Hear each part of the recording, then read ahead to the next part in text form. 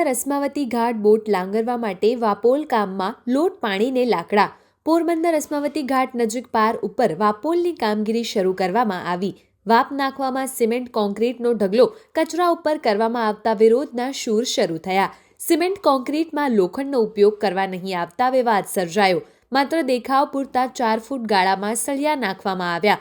લોખંડનું સેન્ટિંગ કરવાના બદલે માત્ર સિમેન્ટ કોન્ક્રીટનો ઢગલો કચરામાં કરવામાં આવતા સામાજિક કાર્યકર આકરા પાણીએ જોવા મળ્યા. 52 બાર્ડર સાઈડ તારીખ 8/1/2024 ના રોજ આ તમે જોઈ શકો છો અસ્માવતી ઘાટ ઉપર કિશોર પ્રોજેક્ટ દ્વારા આ વાપ હોલનું મેન્ટેનન્સ કામ કરવામાં આવે છે. લોટ પાણીને લાકડા આમાં જે હળિયા સેન્ટિંગના નાખવાના છે એ 3 ફૂટ 4 ફૂટ કોઈ એન્જિનિયર અહીંયા હાજર રહેતો નથી ને આ કચરાની માટે આ લોકોએ કાલે સિમેન્ટ કોન્ક્રીટ નાખીને કાલે સાંજના સમયમાં ચાલ્યા ગયા. અત્યારે એ લોકો જે કામ કરવા નીકળ્યામાં લોટ પાણીને લાકડા સીધું દેખાય.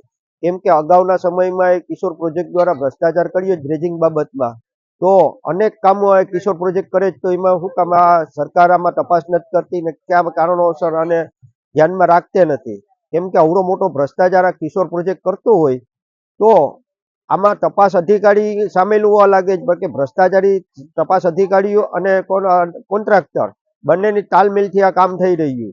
પણ આ જે કરોડો રૂપિયાનું 80 કરોડનું જે આ કામ થયું તેમાં શા માટે કોઈ તપાસ થતી નથી?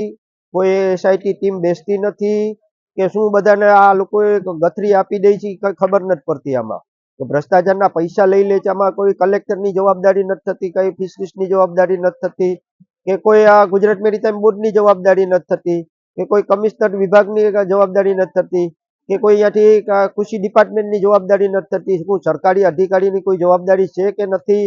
કે પડા અધિકારીની જવાબદારી છે કે નથી? કે આ લોકો બધાને પ્રસાદી મળે એ અમને એવું લાગે છે કે આમાં લોટ પાણીને લાકડા જ છે આખા બધા કામમાં.